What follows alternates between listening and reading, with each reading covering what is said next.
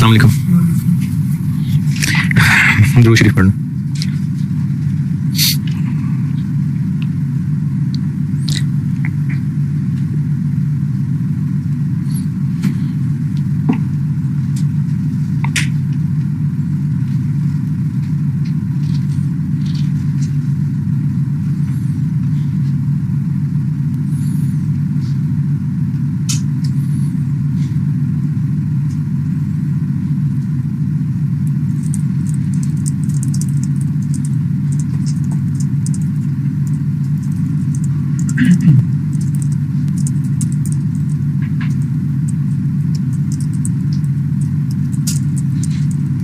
अच्छा, वो एक तो ये कि हमने पूछा था एक बंदे से, और ड्रैग नहीं होता, एक सेल में कॉपी करना पड़ेगा। मतलब अगर आपने एक सेल का कॉपी किया, अगले में पेस्ट कर दें हो जाएगा, लेकिन अगर मल्टीपल सेल सेलेक्ट करके पेस्ट करेंगे तो वो परेशान हो जाएगा, वो फिर वैल्यूज पेस्ट करेगा।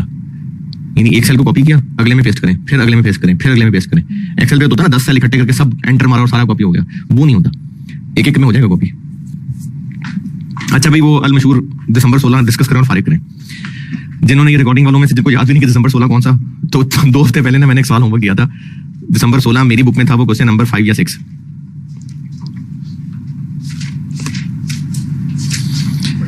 था। कहानी ये थी कि हम अभी फिलहाल एक प्रोडक्ट इंपोर्ट करके बेचते थे, इंपोर्ट, और सिर्फ मसला ये आ रहा था कि मार्केट में डिमांड बहुत थी, लेकिन हम जिससे खरीदते हैं वो इतनी सप्लाई बढ़ा नहीं पा रहा था, तो हम मार्केट की पूरी डिमांड को नहीं कैप्चर कर पा रहे। तो हमें फिर किसी ने मशवरा दिया कि अपना प्लांट लगा लो, छोड़ दो इंपोर्ट करना।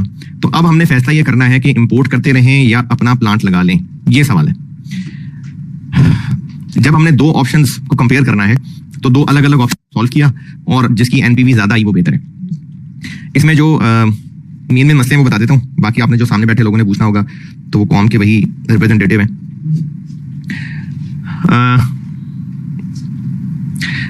इंपोर्ट ऑप्शन, इसमें महंगाई भी होनी है क्योंकि सेल प्राइसेस बढ़नी है, ये बात लिखी हुई है किधर गया अदर इंफॉर्मेशन में। सेल प्राइसेस ने और कॉस्ट ने 10% सेल प्राइस ने और 5% सारे खर्चों ने महंगा होना है, तो महंगाई भी होनी है और वॉल्यूम भी बढ़ना है, लेकिन वॉल्यूम बढ़ना है 5%।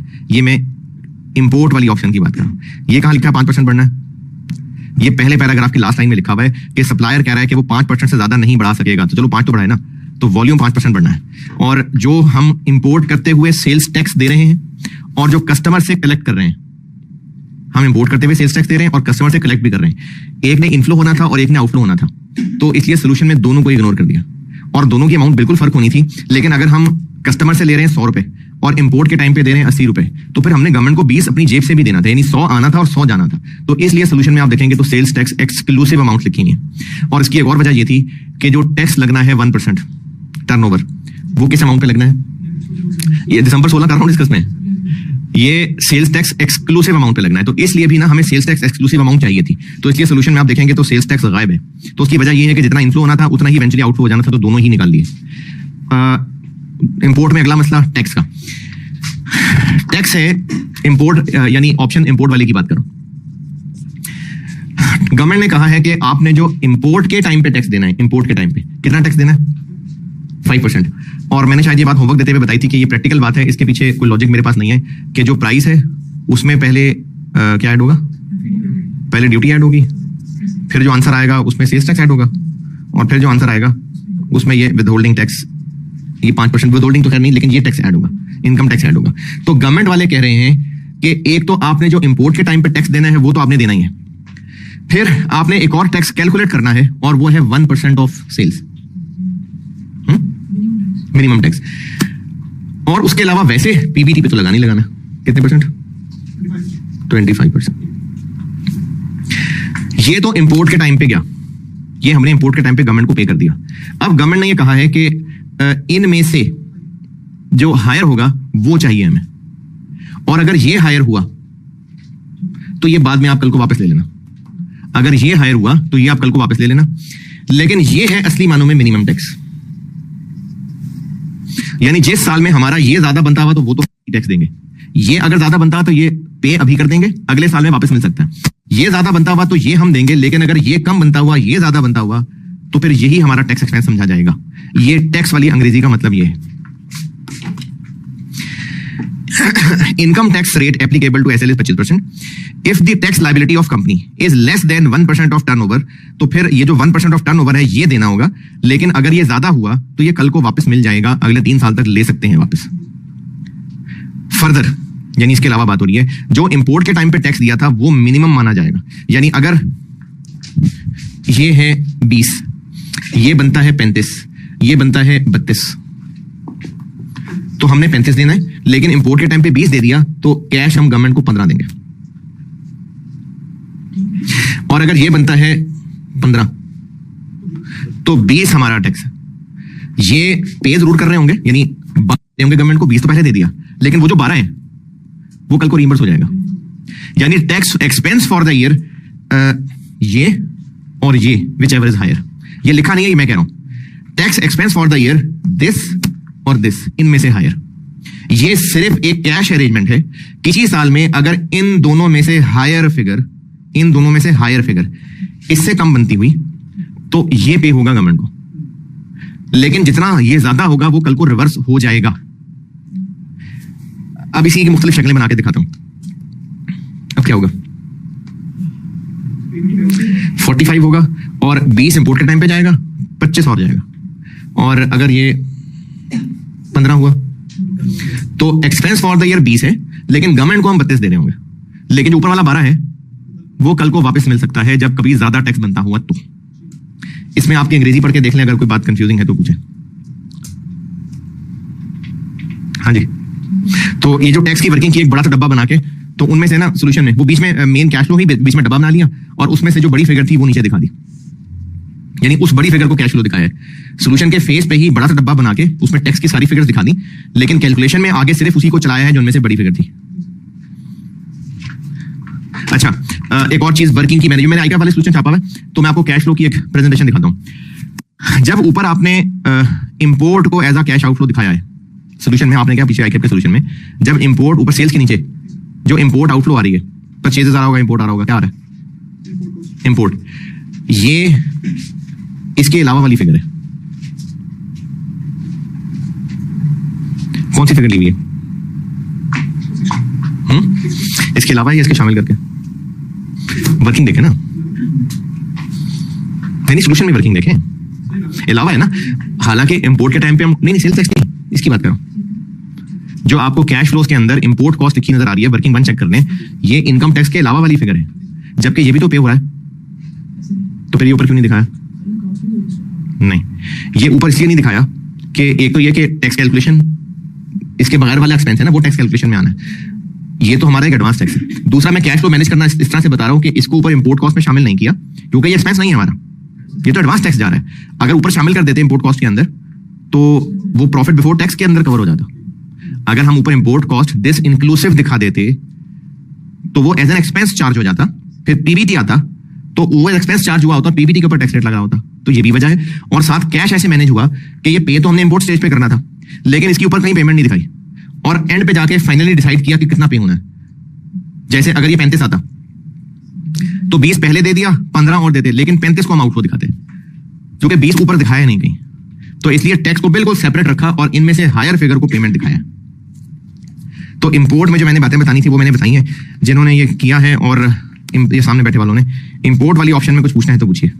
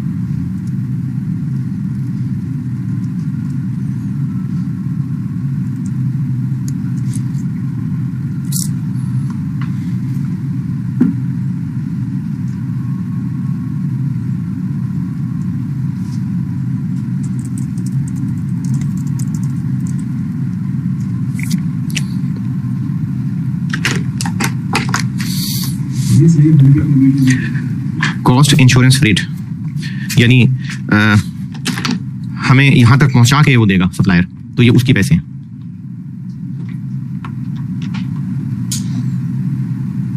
जी इंपोर्ट ऑप्शन में बताएंगे पूछना तो ठीक है। लोकल मैन्युफैक्चरिंग के अंदर भी इसी तरह से सेल्स टैक्स को इग्नोर किया हुआ है, लेकिन अब इसमें मिनिमम टैक्स बस सिर्फ इन दोनों का कंपैरिजन ही है, क्योंकि लोकल मैन्युफैक्चरिंग में तो ये है ही नहीं ना, फिर तो सिर्फ ये रह गया कंपेयर करने वाला। और अब चूंकि हमें कोई रिस्ट्रिक्शन नहीं है तो इसलिए वॉल्यूम का इंक्रीज 5 की बजाय 10% लगाया हुआ है, और बाकी मैन्युफैक्चरिंग के खर्चे उसने सारे अलग से बताए हैं जिनको अलग से कैलकुलेट किया है। और आपने मैन्युफैक्चरिंग में कुछ पूछना है तो बोलें।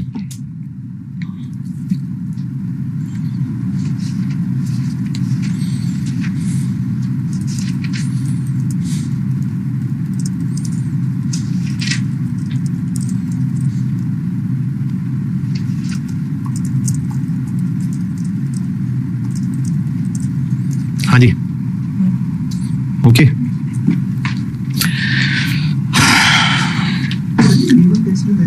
हमने जब उसको 3.6 से मल्टीप्लाई कर दिया तो फिर से हमने दोबारा 1.05 से इसको मल्टीप्लाई किया। मिनिमम टैक्स को, क्योंकि वो फिगर इसके ऊपर कैलकुलेटेड था। अब हमने ये फिगर उठाई है वर्किंग वन जो पर केजी या पर यूनिट करके थी, तो उसको फिर टोटल भी तो बनाना है ना। देखें ये जो विथहोल्डिंग टैक्स की फिगर है, ये जो वर्किंग 1 या 2 की हुई है, ये 1 किलो के ऊपर सारी कैलकुलेशन की हुई है। अब इसको टोटल फिगर भी तो बनाना है ना, तो वही जो इस मटेरियल कॉस्ट को टोटल बनाने के लिए जितने किलो से और जो उन पे वॉल्यूम ग्रोथ और जो इन्फ्लेशन रेट लगानी थी, तो 5% पे भी कितना है टैक्स कितना है? नहीं आप इंपोर्ट वाला पूछ रहे हैं कि रेवेन्यू वाला पूछ रहे हैं? इंपोर्ट की टैक्स की फिगर 5% है। ये 5% किस पे लगेगा? टोटल इंपोर्ट कॉस्ट पे लगेगा ना। तो जो वर्किंग की हुई थी वो 1 किलो की हुई थी, उस 1 किलो से फिगर निकाली। अब उस 1 किलो के टैक्स को टोटल मिलियन के टैक्सेस में कन्वर्ट करना है, तो फिर उसको भी क्वांटिटी से मल्टीप्लाई करेंगे, ग्रोथ डालेंगे और इन्फ्लेशन डालेंगे। हाँ जी दिसंबर 16 में बताएं, इसका पार्ट भी नहीं पढ़ाया आपको, भी वो पढ़ाना है दिसंबर 16। चलें डन, चलें फिर मगरिब पढ़ लें तो मैं आपको लीज और बाय आगे बढ़ाता हूँ। कल मैं फाइनेंसिंग सीन बता रहा था, तो उसमें एक लीज वर्सेस बाय था जो कि बड़ा ही आसान है। जो भी लीज के रेलिवेंट कैश फ्लो हैं उनको लिखें, जो बाय के रेलिवेंट कैश फ्लो हैं उनको लिखें और दोनों की एनपीवी कंपेयर कर लें। शायद किसी ने मुझसे कल पूछा था, मैं इस बात का जिक्र नहीं कर पाया कि इनके आईआरआर निकाल के भी कंपेयर कर सकते हैं, लेकिन सिर्फ नंबर से क्यों करना है आईआरआर निकालने का, एनपीवी कंपेयर कर लें बहुत है। ये था लीज वर्सेस बाय। इसकी शक्ल वर्सेस लीज भी हो सकती है, यानी एक तरफ हमें एक ने ऑफर की हुई है, दूसरी तरफ दूसरे ने ऑफर की हुई है, तो हमें इन दोनों ऑप्शंस को कंपेयर करना है, तो लीज वर्सेस लीज भी हो सकती है। अच्छा वैसे तो ना तकरीबन पिछले कोई 3-4 साल से पेपर्स की शक्ल बदल गई हुई है, जिससे मुझे लगता है, मेरा अपना जाती ख्याल है क्योंकि ये चीजें सारी कॉन्फिडेंशियल होती हैं, लेकिन पेपर को देख के मुझे आइडिया होता है कि ये अब कहीं और से बनते हैं पेपर। मतलब वरना जो पुराने पेपर होते थे उनको देख के लगता था कि वाकई किसी चार्टर्ड अकाउंटेंट ने बनाए हुए, बीच में बहुत ऐसी टेक्निकल गलतियां बोंगियां भी हो जाती थी। लेकिन अब मेरा पेपर देख के अंदाजा यह है कि अब ये वो लोग पेपर नहीं बनाते, कुछ और ही बनाते हैं। अब पेपर बहुत बेहतर होता है और बहुत ऑर्गेनाइज होता है, और इंग्लिश बड़ी मुश्किल होती है, तो इसका मतलब नहीं बनाता चार्टर्ड अकाउंटेंट, और ही बनाते हैं। तो इसलिए है हो सकता है बाहर से बनवाते हो तो लेकिन ये चीजें हमेशा आई के जो है ना कॉन्फिडेंशियल लगता है, तो ये मेरा अपनी जाती राय, मुझे नहीं पता कि कौन बनाता होगा क्या करता होगा, लेकिन मैं तो पेपर का फर्क देख के कह रहा हूँ कि पिछले कोई 3 साल से पेपर में फर्क है। इसलिए शायद ये सवाल इतना रेलिवेंट नहीं है, लेकिन चलो प्रैक्टिस ही सही। एक सवाल करते हैं और सवाल आप पढ़ लीजिए।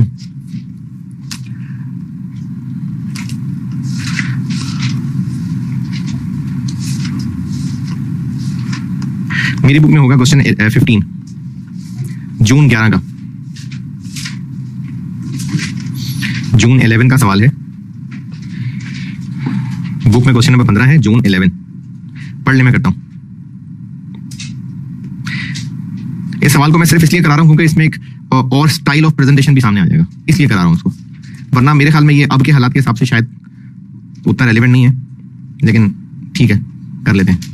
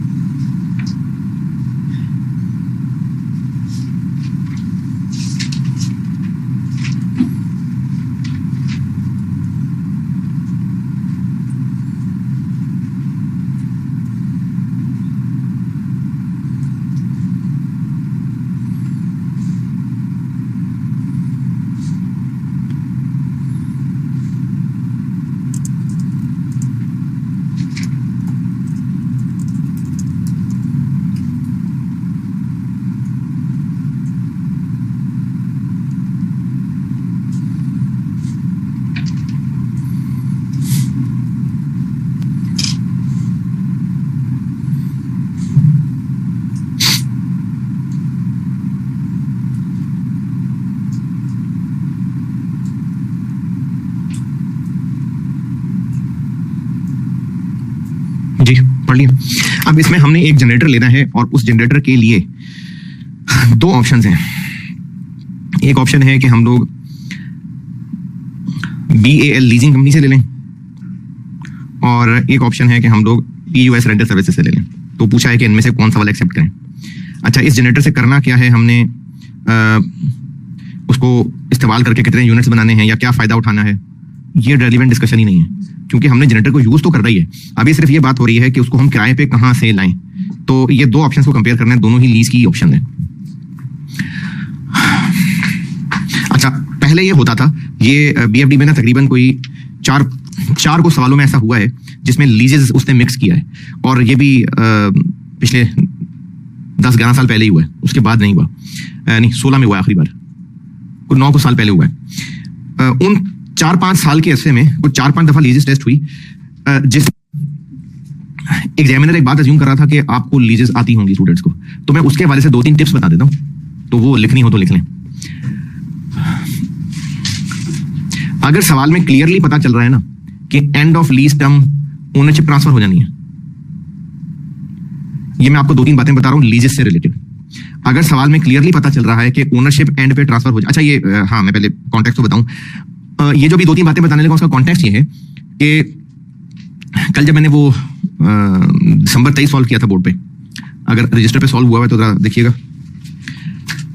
बाय ऑप्शन में ने RV लिखी थी, ईयर 5 में RV लिखी थी बाय ऑप्शन, कल जो बोर्ड पे गया था यार आखिर में 2 पॉइंट, तो उसको मैंने इनफ्लो दिखाया था। क्यों इनफ्लो दिखाया था? क्योंकि एंड पे बेचेंगे, लेकिन लीज ऑप्शन में नहीं दिखाया था। क्यों? क्योंकि किराए पे लिया वापस कर देंगे। तो कॉन्टेक्स्ट ये है कि अगर एसेट लीज पे लेंगे तो क्या वो हमेशा वापस ही करना है या वो एंड पे हमारे पास ही रहना होगा और हम ही उसको बेच के इनफ्लो दिखाएंगे RV का। कॉन्टेक्स्ट ये है कि अगर लीज पे लेना होगा एसेट तो क्या वो हमेशा वापस ही करना होगा, या ऐसा भी हो सकता है कि वो एंड पे हमें ही ट्रांसफर हो जाए और फिर हम ही उसको मार्केट में बेचें और RV इनफ्लो दिखाएं। ये कॉन्टेक्स्ट है। अब इस कॉन्टेक्स्ट में मैं 2-3 बातें करने लगा। कॉन्टेक्स्ट रिपीट कर रहा हूं, अगर लीज पे लिया जाएगा एसेट तो क्या वो वापस ही करना होगा या वो एंड पे हमारे पास ही रह जाएगा ताकि हम उसको मार्केट में बेचें और RV को इनफ्लो दिखाएं। ये कॉन्टेक्स्ट है। अब इस बारे में 2-3 टिप्स बता रहा हूं।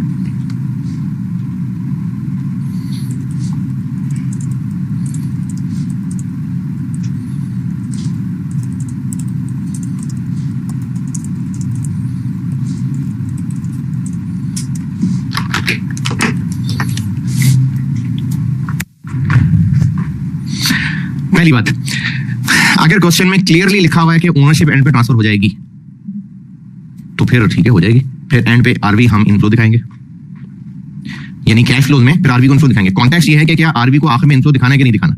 अगर वापस चला जाना है तो नहीं दिखाना, और अगर हमारा ही हो जाएगा तो दिखाएंगे। तो पहली बात मैंने की है कि अगर क्वेश्चन में क्लियरली लिखा हुआ है कि लीज के एंड पे ओनरशिप हमें ही ट्रांसफर हो जाएगी तो फिर हमारा एसेट होगा और RV को एंड पे इनफ्लो दिखाना है।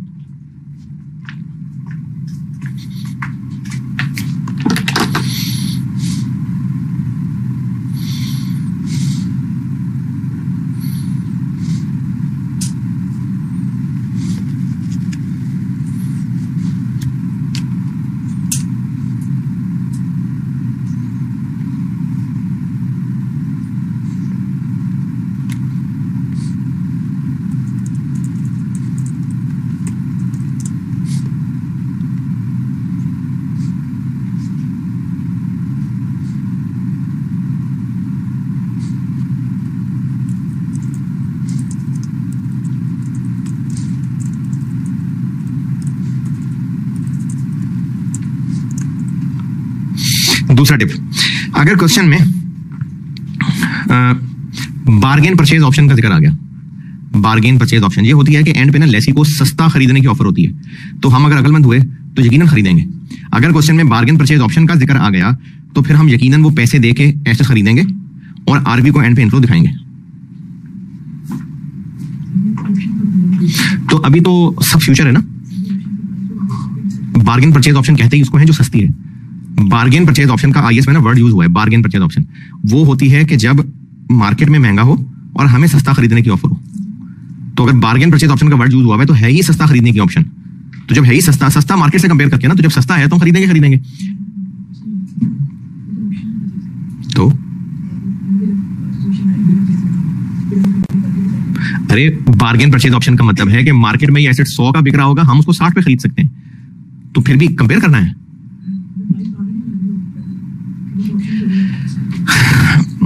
बार्गेनिंग करने का क्या मतलब होता है? कम करवाना ना। तो बार्गेन परचेज ऑप्शन वो होती है जिसमें सेलर नहीं, लेसर पहले कह चुका होता है कि मार्केट में हम दोनों को पता है कि मार्केट में तकरीबन 100 का होगा, ये एंड पे बचा कुचा, मेरी तरफ से आपको 60 पे ऑफर है, आप खरीद लेना। 100 का नहीं होगा, 90 का हो जाएगा, 80 का हो जाएगा। तो हमें फिर भी वो सस्ता ही वारा खाएगा। अगर नहीं भी चाहिए होगा तो खरीद के मार्केट में बेचाएंगे जाके। तीसरी बात, अच्छा जो तीसरी बात है इसके, दूसरी मैंने कहा है कि अगर क्वेश्चन में बार्गेन परचेज ऑप्शन का जिक्र है तो हम यकीनन वो ऑप्शन एक्सरसाइज करेंगे, वो पैसे दे के एसेट हमें मिल जाएगा। इसलिए आरवी को इनफ्लो दिखाएंगे एंड पे, यानी हम खरीदते ही बेच देंगे।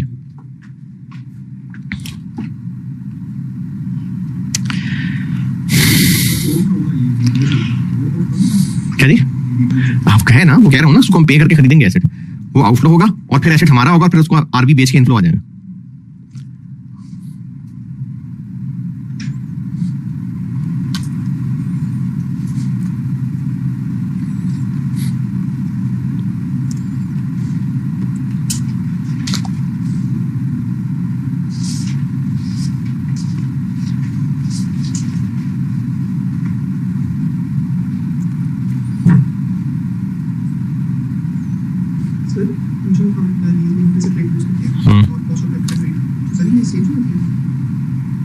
दोबारा बोले।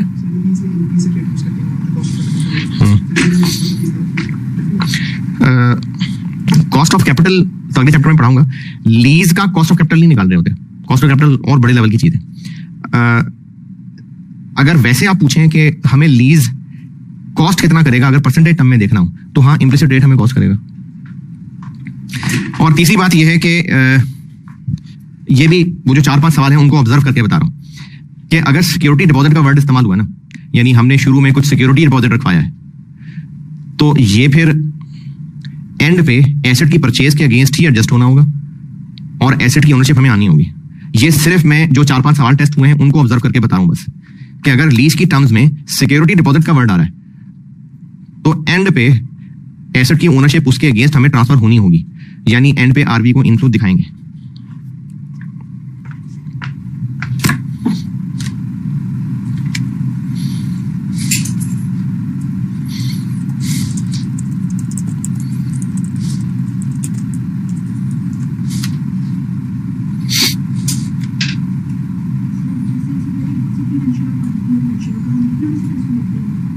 सिक्योरिटी डिपॉजिट भी मेंशन हो और दोनों मेंशन होने नहीं चाहिए, क्योंकि मैं जिस वजह से कह रहा हूं ना कि सिक्योरिटी डिपॉजिट के अगेंस्ट वो हमें एंड पे मिल जाएगा, तो इसका मतलब है कि सिक्योरिटी डिपॉजिट वो अमाउंट है जो हम दे चुके हैं, उसी के अगेंस्ट एंड पे जेबी डलेगा और हमारा पेपर खत्म होकर एसेट हमें मिल जाएगा।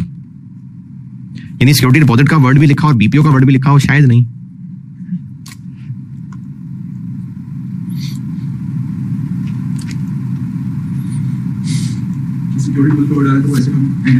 हाँ जी, खरीद रहे हैं।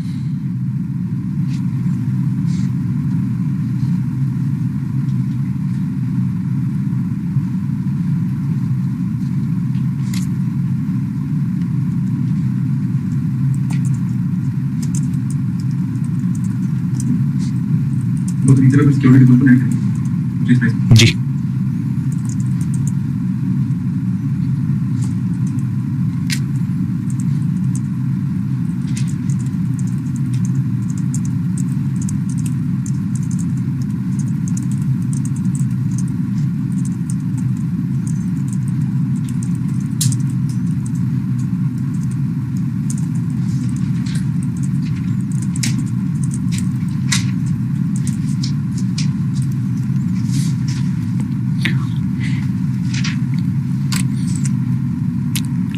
और अगर ऐसा कुछ नहीं है तो बाय डिफॉल्ट एसेट वापस करना है।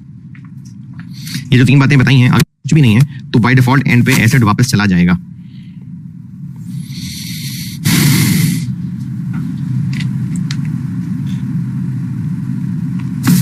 सर हम जैसे ये डिस्कशन तो सर जो अकाउंटिंग नहीं कर रहे हम लोग। ये जो हम कल जो मैंने सवाल बोर्ड पर सॉल्व किया था उसमें मैंने लीज रेंटल को एज एन आउटफ्लो दिखाया था, पूरा रेंट को आउटफ्लो दिखाया था, जबकि असल में अकाउंटिंग ये हो रही होगी कि लेसी ने राइट ऑफ यूज डेबिट और लीज लायबिलिटी रिकॉर्ड की होगी, और जब पेमेंट हो रही होगी तो लीज लायबिलिटी डेबिट हो रही होगी, इंटरेस्ट एक्सपेंस डेबिट हो रहा होगा। ये अकाउंटिंग का मसला है। फाइनेंस में जस्ट वो कैश फ्लो जा रहा है और टैक्स वाले भी उसको टैक्स अलाउ ही उस रेंटल को कर रहे हैं। तो इसलिए ये बीएफडी के सवालों में नहीं है कि हमने उसको राइट ऑफ यूज रिकॉर्ड किया है और लीज लायबिलिटी है, तो अकाउंटिंग का मसला है। क्या चीज? वो होता है जब आपने हॉस्टल में किराए पे रहना है तो आपको कुछ सिक्योरिटी देनी पड़ेगी, वो सिक्योरिटी और है। हाँ, तो एंड पे गाड़ी हमें मिलती है, बैंक वाले थोड़ी वापस लेते हैं गाड़ी को। बैंक को कहाँ गाड़ी वापस करते हैं? बैंक को कौन सी गाड़ी वापस होती है लीज की? कौन से बैंक, कौन सी लीजिंग कंपनी को गाड़ी लीज पे ली हुई वापस होती है?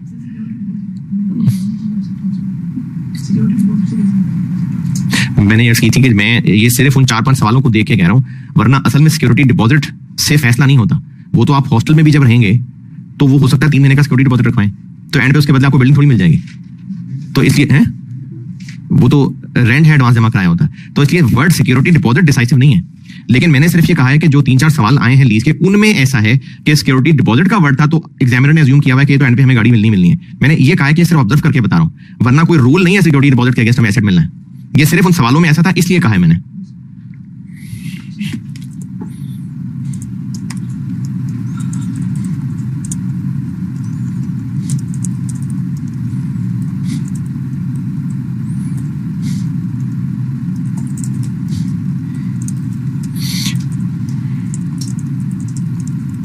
जी, टिप्स नोटेड।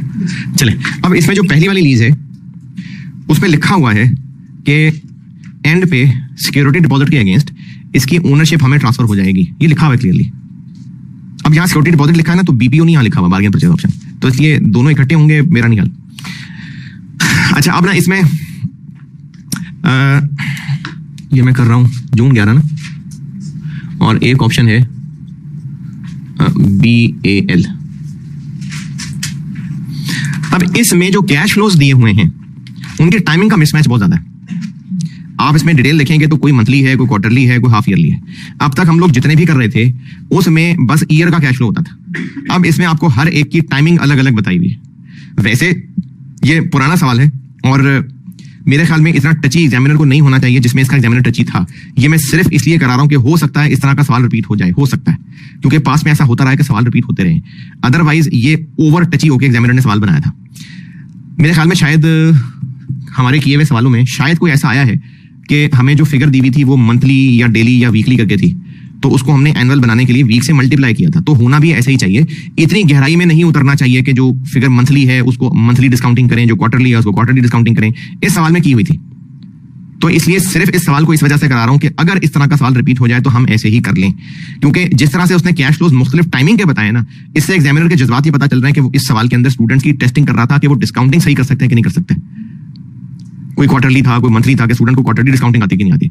तो ये इस सोच से शायद मेरा ख्याल है सवाल बनाया गया है। अच्छा, ये सवाल मैं करा तो रहा हूं, मुझे इतना पसंद नहीं है वैसे, तो इसलिए अगर आपको लगे कि नहीं ये तो आपके कॉन्सेप्ट खराब करेगा तो बेशक छोड़ देना इस सवाल को।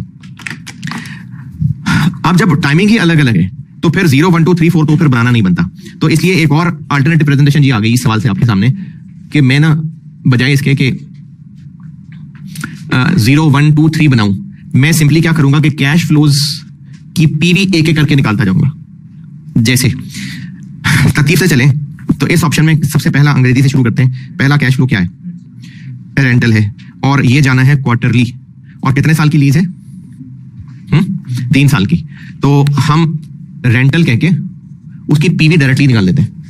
पहले तो हम करते थे ना 0, 1, 2, 3। इसमें एक अच्छी बात यह कि उसने टैक्स दफा करें तो टैक्स के चक्कर में नहीं पड़े, वरना फिर ईयर 1 ईयर 2 का टैक्स निकालना पड़ता। तो हम 0, 1, 2, 3 की टाइमलाइन बनाने की बजाय हर कैश फ्लो की ब्रैकेट में फार्मूला लगा के तो उसकी पीवी ही डायरेक्टली लिखते जाएंगे, और सब पीवीज लिखी होंगी तो उनका जब नेट टोटल करेंगे तो वो क्या होगी? 1 पीवी होगी। तो रेंटल की पीवी निकालते हैं। कितने रेंटल होने हैं? 7.46 क्वार्टरली। तो इस पे फिर हमें लगाना पड़ेगा ये वाला फार्मूला 1 माइनस 1 पॉइंट, है जी, पॉइंट और पावर माइनस माइनस, और ये पेमेंट इन एडवांस है कि एंड ऑफ एवरी क्वार्टर है, तो -12। लेकिन मसला ये है कि रेट किधर है, डिस्काउंट रेट किधर है? तो डिस्काउंट रेट उसने एक पहली रख दी, सवाल के आखिर में लिख दिया कि जब आप दोनों लीजेस का कंपैरिजन एनपीवी पे करने लगेंगे तो उसके लिए आपको डिस्काउंट रेट भी तो चाहिए होगा। तो उसने डिस्काउंट रेट देने की बजाय सवाल का लास्ट सेंटेंस उसने कहा कि आप ना BAL वाली लीज का इम्प्लिसिट रेट निकालें। ये अगर अकाउंटिंग पढ़ रहे हैं या पढ़ी हुई है तो लीजेस का ना इम्प्लिसिट रेट निकलता है, उसमें एसेट की आज की फेयर वैल्यू को 0 पे रखते हैं और सारी लीज पेमेंट्स को रखे तो उनका IRR निकालते हैं। ये इम्प्लिसिट रेट होता है। तो उसने कहा जी आप इम्प्लिसिट रेट निकालें, अकाउंटिंग का नॉलेज दिखाएं और जो आंसर आएगा बस वो कॉस्ट ऑफ कैपिटल है। तो ये उसने एक और एक्स्ट्रा पहली रख दी थी इसमें। ऐसा नहीं है कि जो लीज का इम्प्लिसिट रेट होगा वही कॉस्ट ऑफ कैपिटल, ये सिर्फ एक पहली है। यानी उसने सिर्फ ऐसे समझ लें कि आप पूछें कि सर इस चैप्टर में कितने सवाल हैं, तो मैं कहूँ अच्छा ऐसा करो फलाने रूम में जाओ, कुर्सियां गिन के आओ, तो जितनी कुर्सियां उतने ही सवाल है। अब कुर्सियों का सवाल से ताल्लुक नहीं है, बस एक पहली बनाई थी। तो ये सिर्फ एक पहली बनाई थी कि जो कंपनी का कॉस्ट ऑफ कैपिटल है वो उतना ही है जितना BAL का IRR है। ये सिर्फ एक पहली बनाई थी। तो BAL का IRR कैसे निकालें, इम्प्लिसिट रेट कैसे निकालें, यहां पर अकाउंटिंग नॉलेज यूज हो रहा है। ये अकाउंटिंग नॉलेज है टिपिकली। उसका तरीका ये होता है कि एक तरफ रखते हैं एसेट की फेयर वैल्यू और उसको इक्वेट करना होता है लीज पेमेंट्स की PV के। तो आज जनरेटर कितने का आता है? नहीं भाई 80 का। ये हो गई एसेट की फेयर वैल्यू और इसको इक्वेट करना है लीज पेमेंट्स की PV से। तो वो जिस रेट पे इक्वेट हो रही होती है वो इम्प्लिसिट रेट होता है। तो लीज पेमेंट्स क्या है? एक तो हमने इसको अभी के अभी 10 मिलियन सिक्योरिटी डिपॉजिट देना है, फिर उसके बाद उसको हमने इतने देने हैं हर क्वार्टर में।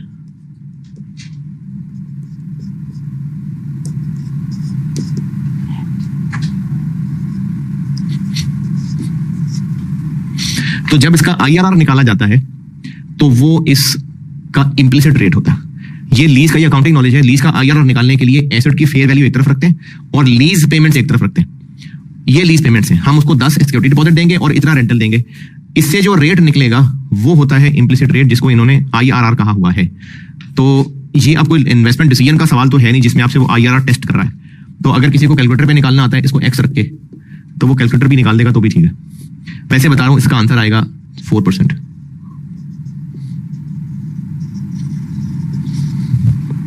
इसको अगर सॉल्व करेंगे ना, जिसको इक्वेशन सॉल्व करनी आती है कैलकुलेटर पे, तो इसका आंसर 4% आएगा। क्या ये मैंने कहा 0 रख देते हैं? 0 नहीं रख देते, 0 पे उसको आउटफ्लो रख देते हैं। यानी अगर आप IRR के तरीके से शक्ल देखना चाहें तो 0 पे 80 का आउटफ्लो और लीज पेमेंट्स को इनफ्लो दिखाते हैं 10, 7.46, 7.46, 7.46 और इसका IRR निकालते हैं। ये कह रहा था कि 0 पे इसको आउटफ्लो रख देते हैं। तो इसको अगर सॉल्व करेंगे तो ये 4% पर क्वार्टर आएगा। पर क्वार्टर क्यों आएगा? क्योंकि हमने ये लिखा क्वार्टर हुआ है।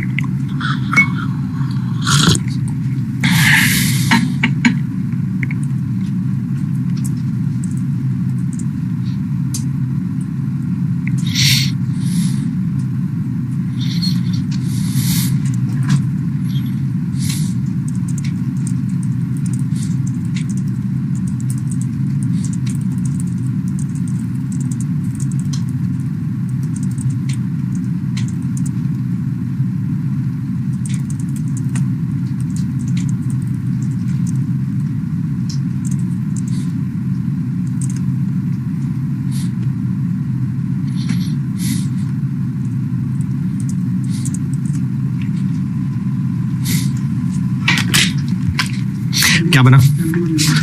ये 70 ही आएगा क्योंकि ये 70 से तो निकाला हुआ है, तो ये आंसर 70 ही आना है। तो एक ये आउटफ्लो हो गया। और क्या आउटफ्लो है?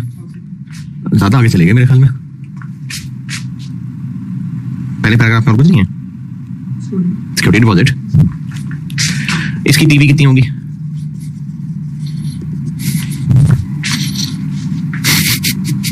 और 10 ही होगी ना, क्यों? तो अभी तो देना है।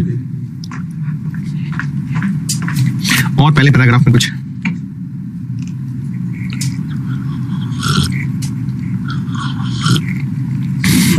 चलिए, कहां पर, कब की दी है?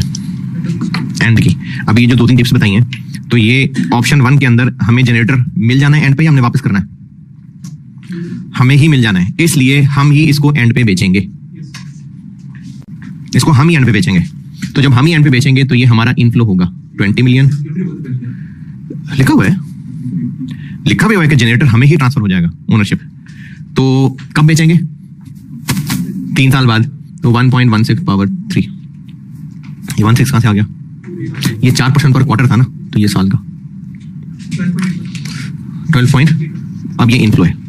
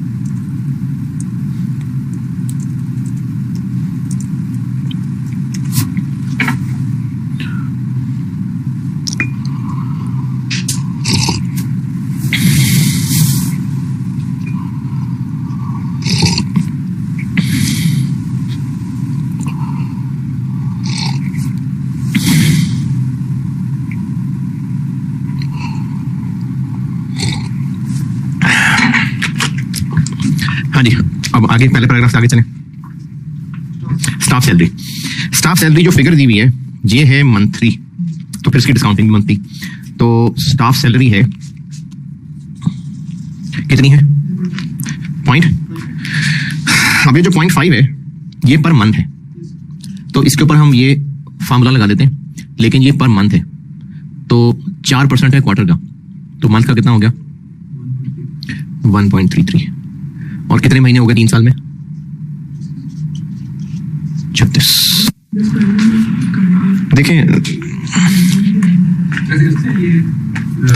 देखें जो सवाल जिस तरह का बना हुआ है ना, उसको देख के ये एहसास हो रहा था, हुआ भी ऐसे ही था कि एग्जामिनर इसमें स्टूडेंट की डिस्काउंटिंग जो है ना शक्तियां वो देख रहा था कि कर सकता है कि नहीं कर सकता।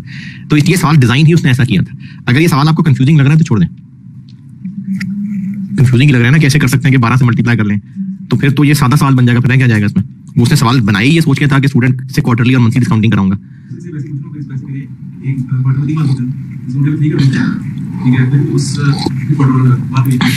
नहीं बात एक नहीं है, फर्क हो जाएगा।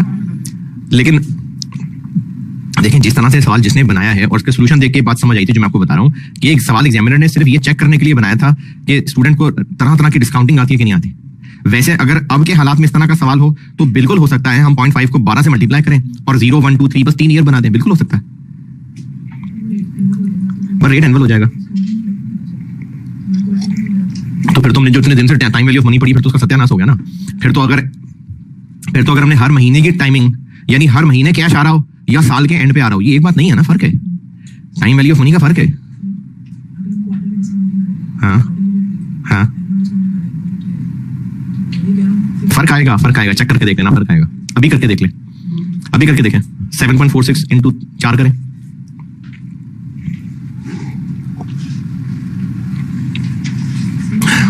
करो तो सही। 7.46 इंटू 4 करें, कितना आया? 29.84 पर ईयर हो गया। अब आप 29.84 लिखें, 1.16 लिखना इधर इधर, 29.86 लिखें इधर, 16% करें और पावर -3 करें, देखिए 70 आता है।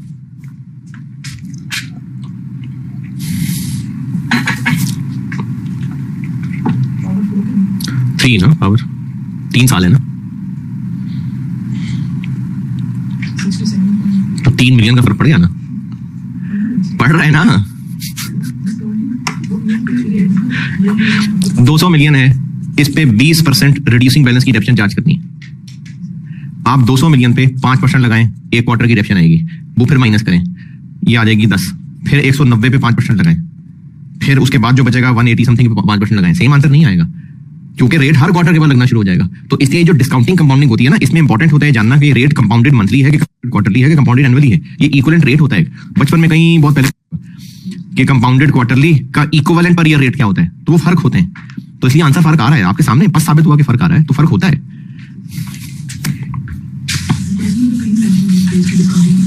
जी बिल्कुल है ना यार, मैं यही तो अर्ज कर रहा हूं कि ये सवाल अगर बकवास लग रहा है तो छोड़ दे। मैं यही तो कह रहा हूं कि इस सवाल का सॉल्यूशन देख के और इस सवाल का स्ट्रक्चर देख के ये मुझे अंदाजा हुआ था कि एग्जामिनर क्या सोच के ये सवाल बनाया था तब 2011 में। वो सिर्फ डिस्काउंटिंग चेक कर रहा था स्टूडेंट्स की कि ये अलग अलग डिस्काउंटिंग कर सकते हैं कि नहीं कर सकते। तो ठीक है, कर दें, एनुअली कर दें, छोड़ दें इस सवाल को, छोड़ दें, आप लोग छोड़ दें इस सवाल को।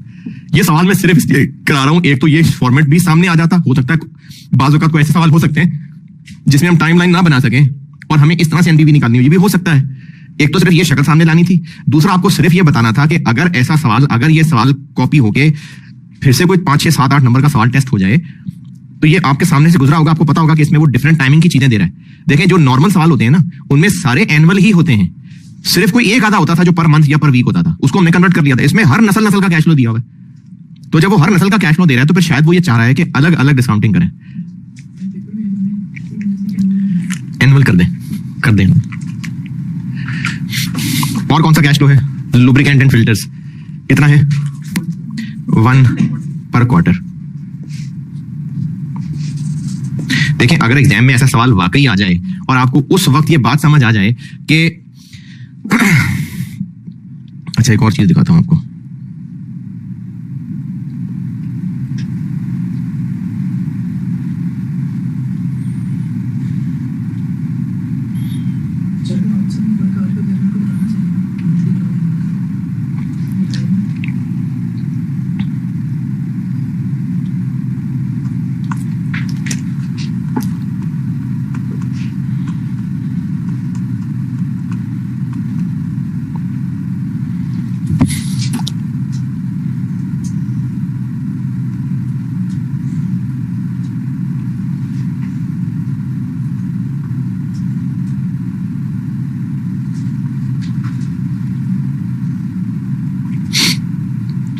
अच्छा, ये ना एक पुराना सवाल है, बस डाला हुआ है मैंने चैप्टर में, और जितने सवाल क्लास वर्क होमवर्क करते हैं, अगर आप उसके अलावा और भी करना चाहें जो मैंने चैप्टर्स में डाले हुए हैं तो वो भी और हैं, लेकिन जितने क्लास वर्क होमवर्क करते हैं अगर वो भी कर लें तो भी बहुत होते हैं। तो ये ना मैंने बुक में सवाल डाला है, क्वेश्चन 9, इसमें सिर्फ एक दो चीजें दिखानी है जरा।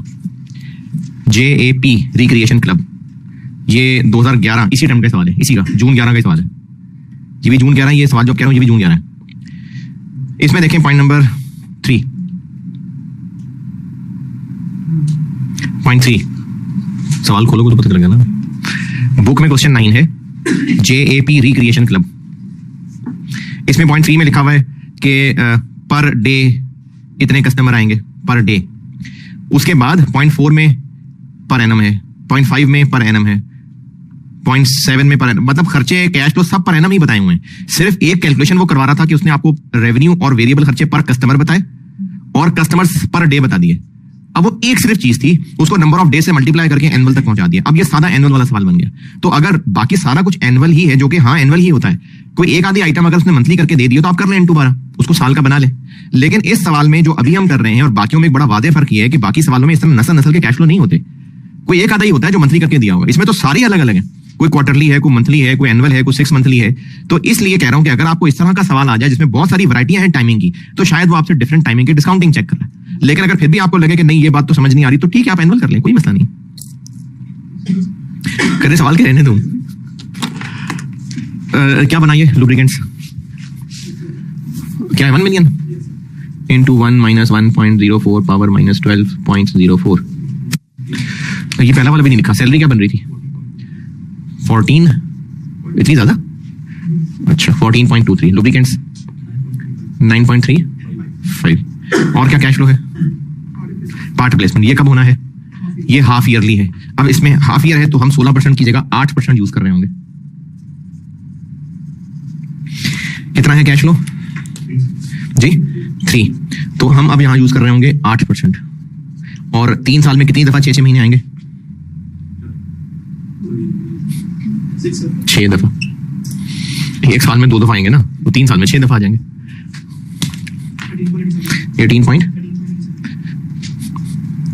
13.87। और कोई कैश फ्लो? ओवरहॉलिंग है एट एंड ऑफ दूसरा साल, तो बस ये एक ही है ओवरहॉल, ये एक ही है, यानी सिंगल अमाउंट डिस्काउंटिंग। कितना खर्चा है? 15। 1.16 पावर माइनस 2 11.15। वो जो शुरू में मैं आपको 3 टिप्स लिखवा रहा था वो इस लाइन की वजह से थे, ये कि आरवी को इनको लिखें या ना लिखें। जी आपने पूछा फर्क क्यों आ रहा है? ये जो डिस्काउंट रेट होता है ना, 100 पे 12% लगाएं, साल का बन गया 12। 100 पे 3% लगाएं, एक क्वार्टर का 3 रुपए आ गया।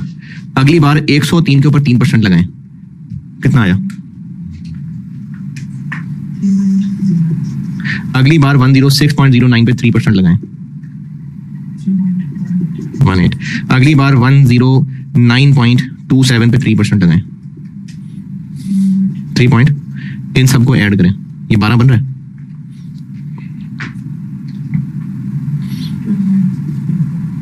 बारह नहीं बन रहा ना। ये जो कंपाउंडिंग और डिस्काउंटिंग होती है, कंपाउंडिंग आगे बढ़ना, डिस्काउंटिंग वापस आना, ये क्यूम्युलेटिव हो रही होती है। यानी इसके ऊपर 3% का रेट लगेगा, फिर अगली बार 103 पे लगेगा, तभी इसको कंपाउंडिंग कहते हैं।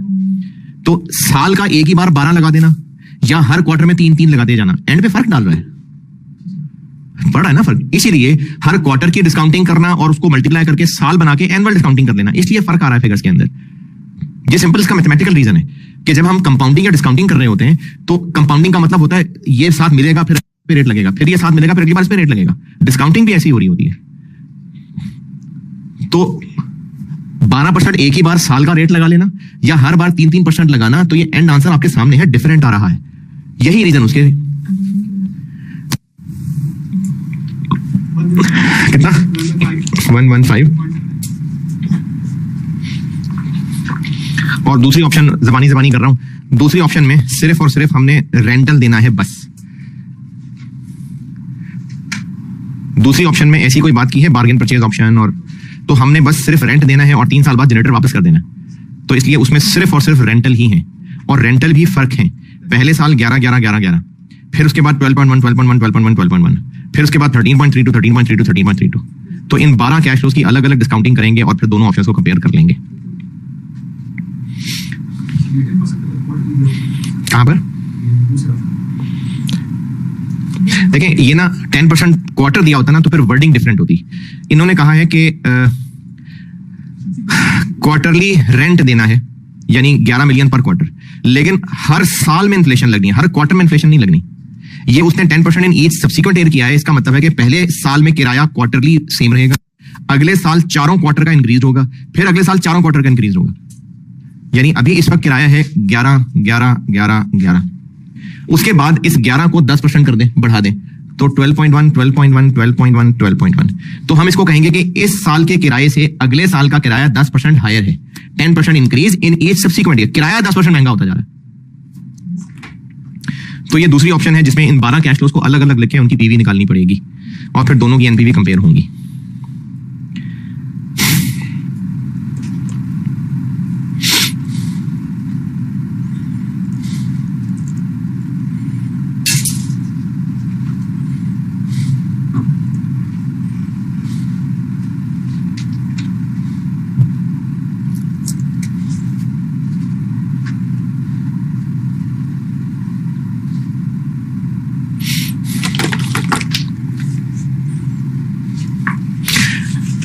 तो लीज वर्सेस बाय कल करा दिया एक सवाल, लीज वर्सेस लीज ये एक सवाल हो गया, लीज वर्सेस लोन करते हैं।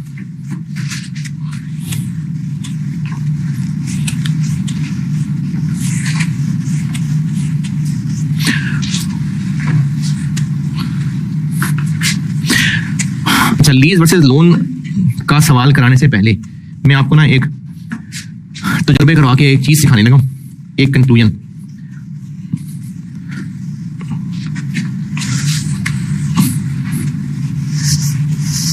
और ये ऑनलाइन वालों के लिए लेक्चर बदल लेता हूं बस, ठीक है 19 बस।